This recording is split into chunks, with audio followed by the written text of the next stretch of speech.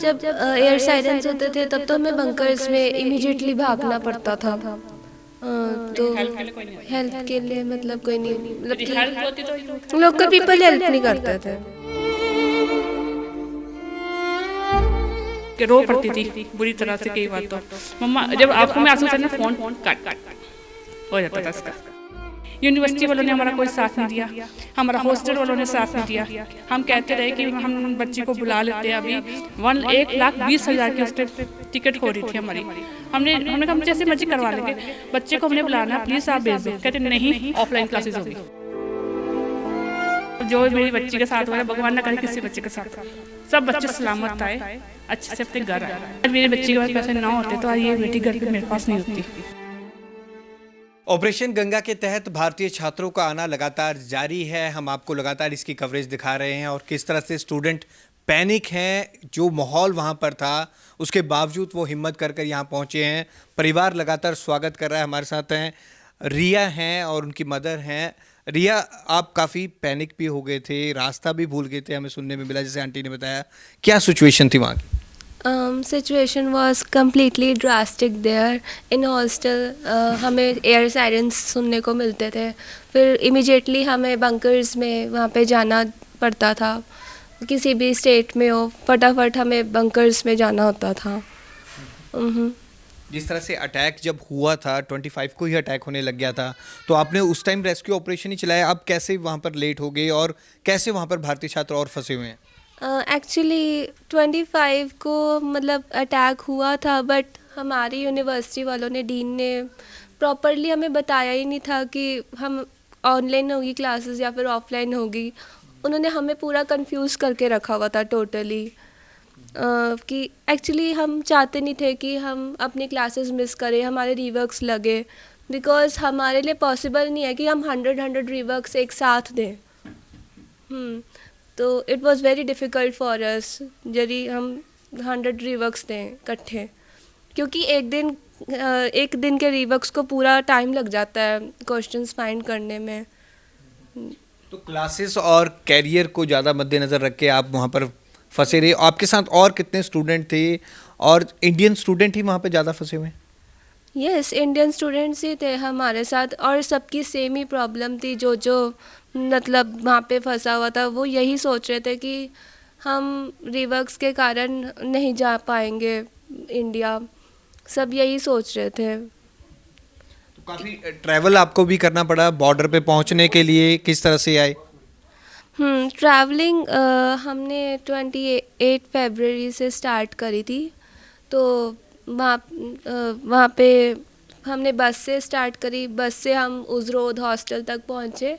उजरोद hostel से वहाँ पर कुछ बच्चे वहाँ पे उतर गए उजरोद हॉस्टल में, और कुछ सेकेंड ईयर फर्स्ट ईयर के स्टूडेंट्स थे। कुछ सीनियर्स ने हमें बोला था कि वो हमारे साथ चलेंगे, बट वहाँ पे रेलवे स्टेशन में जाकर वो वहाँ पे हमें छोड़ के चले गए, और जिसके कारण वहाँ पे कम्प्लीटली गाइडेंस किसी ने हमें दी नहीं, और वहाँ पे कोई प्रॉपरली बच्चा किसी चीज़ को फॉलो नहीं कर रहा था। और इमिग्रेशन के टाइम में मैं I was completely lost, and मैं बहुत ज़्यादा I was completely scared that time. जो स्टूडेंट वहाँ पर अब फंसे हुए हैं, किस तरह की आपने वहाँ पे सिचुएशन देखी? जिस तरह की आपने वहाँ पे सिचुएशन देखी उसके बारे में अगर बताएं। स्टूडेंट्स यूक्रेन में जो जिस तरह की अभी सिचुएशन है। अभी यूक्रेन में स्टूडेंट्स कम्प्लीटली डरे हुए हैं। वहाँ पे मार्केट्स भी बंद हो गई हैं अब तो। वहाँ पे फूड वगैरह शॉर्टेज हो गई है, और काफ़ी प्रॉब्लम्स वहाँ पे, और एटीएम्स वगैरह कम्प्लीटली सील्ड हैं। बच्चों को कैश विड्रॉ करने में बहुत डिफ़िकल्टी होती है। पेरेंट्स यदि ट्रांसफ़र करना चाहें मनी वो कर ले, but they only accept cash.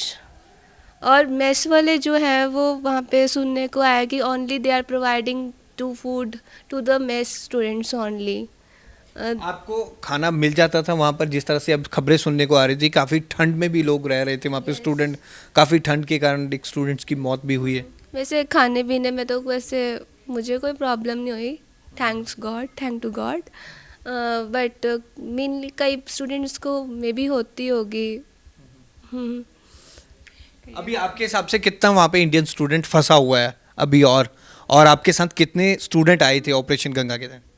अभी पोल्टावा में मेनली कोई इंडियन स्टूडेंट नहीं है, वो सब चले गए हैं। सारे इंडियन स्टूडेंट्स हॉस्टल से चले गए हैं और अपार्टमेंट से भी सारे इंडियन स्टूडेंट्स चले गए हैं। रिया की मम्मी भी हमारे साथ हैं, लगातार उनके साथ दिल्ली से ट्रैवल करके उन्हें लेके आए हैं। 12:30 बजे रिया पहुंची है। आंटी, आप काफ़ी डरे हुए थे, रिया का आपको फ़ोन गया कि मम्मा मैं गुम गई हूँ, उस समय आपकी क्या सिचुएशन थी? मेरी सिचुएशन में जल्दी से अपनी बेटी के पास जाऊँ, उसको लेके आ जाऊँ, क्योंकि उस टाइम ये जैसे फ़ोन करती थी ना, मम्मा 4 बजे फ़ोन, हम सो रहे थे, एकदम फ़ोन आता, मम्मा मैं खो गई हूँ। हम तब, मम्मा पैसे नहीं है, कहाँ से कैश करवाएं, सारे एटीएम्स बंद हो रहे हैं, कहाँ से पैसे दे बच्चे के पास खाने को 3 दिन से भूखी थी ये, कोई पैसा नहीं था उस दिन, जब इसके पास डॉलर, वहाँ डॉलर यूज़ होते हैं हंगरी में, मतलब कि जो इसकी करेंसी थी वो यूज़ नहीं हो रही थी। मैं कहा अब मैं क्या करूँगी वहाँ पे। फिर मैं मेरे हस्बैंड ने कहा कि रुचि कुछ ना कुछ करता, किसी से हेल्प मांगी, किसी बच्चे से कि आप दे दो, हम आपके अकाउंट में पैसे डाल देंगे। कुछ ना कुछ करके इसको थोड़े से पैसे डलवाए, लेकिन ये मेरी बेटी ने बहुत ज़्यादा दिया, लेकिन ये कह रही थी मम्मा मुझे घर आना है, डरी हुई थी बहुत ज़्यादा। और इससे ज़्यादा डरे मेरे हस्बैंड, हमने ये 5 दिन से शॉप नहीं गए मेरे हस्बैंड, वो इतना डरे थे। हर बार ये होता था, न्यूज़ देखनी हमने, क्या हो गया क्या हो गया, बस ये रिया कहाँ हो, आपने खाना खाया, रिया क्या कर रहे हो आप। एक ऐसा डर पैदा हो गया था कि हम मतलब कि सोचते मेरी बेटी आ जाएगी ना घर पे, बस यही था कि बच्ची आ जाए बस मेरी, और कुछ नहीं चाहिए मुझे, कुछ नहीं चाहिए। यूनिवर्सिटी वालों ने हमारा कोई साथ नहीं दिया, हमारा हॉस्टल वालों ने साथ नहीं दिया। हम कहते रहे कि हम बच्ची को बुला लेते हैं, अभी 1,20,000 की उस टाइम टिकट हो रही थी हमारी।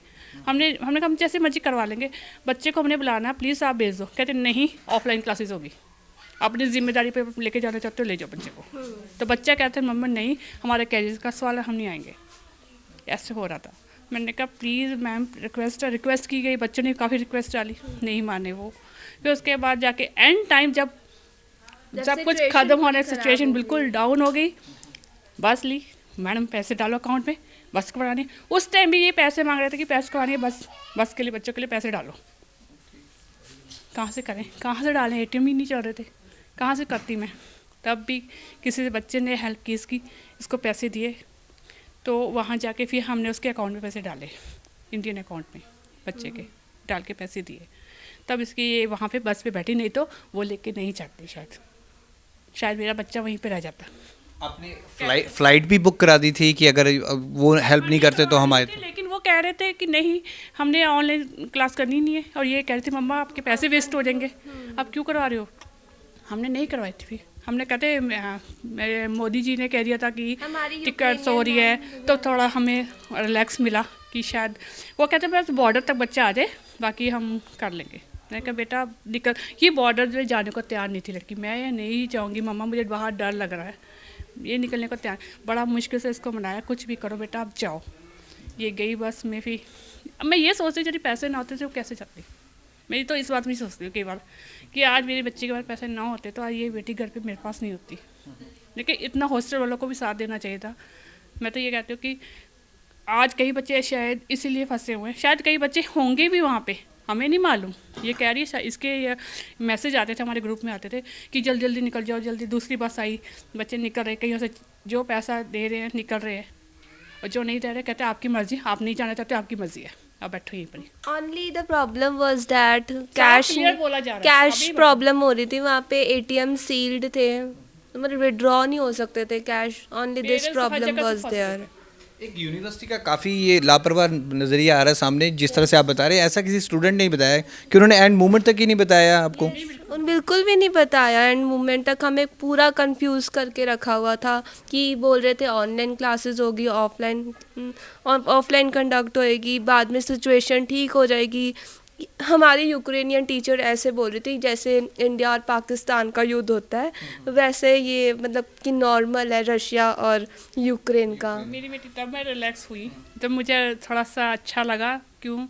जब मेरी बच्ची को वहाँ पहुँच गई सेफ जगह बॉर्डर पे, वहाँ पे जहाँ मोदी जी ने बच्चों को कमरे दिलाए हुए थे, बच्चों को खाने को कुछ मिल रहा था, तब मेरे हस्बैंड ने शायद खाना खाया उस दिन कि रुचि मैं खाना खाऊंगा, नहीं तो मेरे हस्बैंड भी खाना नहीं खाते। Border was very nice, really उन्होंने वहाँ पे पूरा सिस्टमैटिक वे से किया था। मोदी जी ने अरेंजमेंट किया था और एयरपोर्ट तक मेरी बच्ची सेफ गई, बस इसका किया हुआ था। एयरपोर्ट पे गई, कोई तकलीफ नहीं आई मम्मा, मैं बस एयरपोर्ट पे बैठ गई हूँ, तब जाके बिल्कुल फ्री माइंड था। एम्बेसी वालों ने हमें पूरा अच्छे से मतलब खाना भी दिया, फ्रूट्स वगैरह, कमरे जूस अच्छे दिए, वगैरह, बहुत अच्छे residence फ्रूट्स जूसेस और सूप्स वगैरह और ब्रेड्स अवेलेबल थे डिफरेंट डिफरेंट, और वाटर अवेलेबल, बच्चे हाइड्रेटेड बहुत रहे। अच्छा क्या ऐसा भी हुआ कि काफी दिनों तक आपने खाना नहीं खाया वहां पर पैनिक की वजह से? जब बस से मींस पैनिक हो रहा था कि मैं खाना, इसने पापा को झूठ बोला अपने, इसके पास पैसे नहीं होते थे जेब में, इसके पापा रोज पढ़ते बेटा खाना खाया आपने? हाँ पापा मैंने खा लिया, पेट भर गया मेरा, पापा मैंने खा लिया, पापा खा लिया। लेकिन लास्ट टाइम जब इसने, मैंने इससे पूछा, जब इसने आना था, कहती मम्मा सच बोलूं मैंने 3 दिन से खाना नहीं खाया। मैंने वो जो चिप्स खरीदे थे, मैंने बिस्किट खरीदे थे, लास्ट टाइम मुझे पता चल रहा था कि हमें कुछ खाना इकट्ठा करना है हंगरी से, तो मैंने बिस्किट चिप्स लिए हुए थे, वो आज भी मैं आपको शो कर सकती हूँ, बिस्किट इसके पास संभाल के रखे हुए हैं, अपनी बहनों के लिए लाई। कहती मैं क्या खा लिया, कैसे आती, छोटी बहन है इसकी, छोटी है, कहती कि आपके लिए मैं वो लाई, वो इसने कुछ नहीं खाया, उनको दे दिया, और जो वहाँ से प्रोवाइड हुआ था खाना, इसको ब्रेड जो भी जूसेस वो उसने खाया। हाँ वो मैंने खाया था, वो उसने खाया, वहाँ आके खाया, बॉर्डर पे, वहाँ पे आके जहाँ पे खाया इसको था। सेफ्टी मिली, अदरवाइज मेरी बच्ची ने नहीं खाया। एम्बेसी वालों ने बहुत अच्छे से सिस्टम किया था, थैंक यू मोदी जी। हमेशा पापा के सामने स्माइल फेस, पापा बहुत खुश, पापा कुछ नहीं हुआ, पता नहीं कैसे ये लड़की, लेकिन मैं देख रही हूँ कि जैसे इसकी हालत थी, रो पड़ती थी बुरी तरह से कई बार, तो मम्मा जब आंखों में आंसू थे ना, फ़ोन कट हो जाता था इसका, कि ये टेंशन नहीं देना चाहती थी हमें बिल्कुल भी। ये भी इनके नानू भी फ़ोन करते थे, सारे मामू, इसके मामी सारे फ़ोन करते थे यहाँ से रिया, लेकिन इसने कभी किसी को नहीं बताया, बताती नहीं थी, कभी नहीं इसने बताया। और आज इसके पापा कहते तू खा, जितना तू खा, तू पहले खाना खा, बाद में वर्क करना। आज मैं तभी आपसे शायद मैंने कहा ना, मैं आपको कुछ नहीं बताना चाहती, मेरे साथ जो मेरी बच्ची के साथ हुआ है, भगवान ना करे किसी बच्चे के साथ हो, सब बच्चे सलामत आए, अच्छे से अपने घर आए। जब उस लड़का नवीन की डेथ हुई है, उसके लिए आज भी मन दुखी होता है कि वो लड़का चला गया, लेकिन नहीं, वो ऐसे होना नहीं चाहिए था उसके साथ। वो भी एक किसी के शायद इकलौता बेटा या 2 बहनों भाई था, कैसा था, 4th ईयर में था, 4th ईयर था उसका। ये ऐसी भी सिचुएशन आई थी यूक्रेन में, जो लोकल पीपल थे वो हेल्प करते थे, लेकिन जिस तरह से अटैक होते थे काफ़ी छुप छुप कर रहना पड़ता था, बंकर में जाना पड़ता था हर समय बात करते। जब एयर साइरेंस होते थे तब तो हमें बंकर्स में इमीडिएटली भागना पड़ता था, तो हेल्प के लिए कोई नहीं आता, हेल्प के लिए मतलब कोई नहीं, मतलब यदि कि हेल्प होती तो ये वो लोकल पीपल हेल्प नहीं करते थे। ठंड बहुत होती थी, ठंड बहुत, it was very chilled out, minus में वहाँ पे temperature no yes minus, but ठंड थी वहाँ पे, यस ठंड। अब फाइनली आप इंडिया पहुँच चुके हैं, अपने घर में पहुँच चुके हैं, कैसा फील हो? आई एम वेरी हैप्पी, बहुत ज़्यादा खुश है मामा। आज मैं मामा अपनी मामी को स्पेशल फोन कह रही है, मम्मी मेरे लिए आज, इसकी मामी मुझे क्या बनाऊँ बेटा तो बताओ मम्मी, जो मुझे आपको पता है मेरे फेवरेट राजमा चावल पनीर सब बनाओ, मैं सब कुछ खाऊंगी। मैंने इतने टाइम, जो बच्चे ने खाना ना खाया वो सब कुछ खाना करेगा। मम्मा आलू के परांठे खाने हैं, मम्मा मुझे ये खाना है, मीठी डिश में मुझे ये खाना, गुलाब जामुन सब कुछ खाना है, मुझे सब कुछ चाहिए। मैं कहा सब कुछ मिलेगा, तू आ तो जाए एक बार मेरे पास।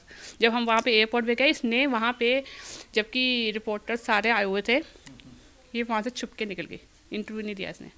क्यों? ये वो होते ना गेट नंबर होते 1 2 3, जबकि इन्होंने आना था 4 से, इनको बोला गया था नहीं 6 से आना था, ये 1 से निकल के आ गई। कहती नहीं मम्मा मैं फेस नहीं कर पाऊँगी किसी को, मुझे नहीं करना फेस, मैं उस चीज़ से नहीं जाना चाहती जो मेरे साथ हो चुका है। रिया अब फाइनली इंडिया पहुंच चुकी है, बल्टाना जिला मोहाली के रहने वाले हैं, उनकी मां के हम खुशी देख सकते हैं, और जिस तरह का मंजर उन्होंने वहां बताया, वो उम्मीद कर रही हैं कि सभी भारतीय छात्र भी इंडिया सकुशल वापस लौट आएँ, और खासकर इंडियन एम्बेसी और ऑपरेशन गंगा के तहत जो बच्चे पहुंच रहे हैं उस पर भी वो आभार व्यक्त कर रही हैं। कैमरामैन अमित के साथ भगवत सिंह, पंजाब केसरी, जगबानी टीवी, चंडीगढ़।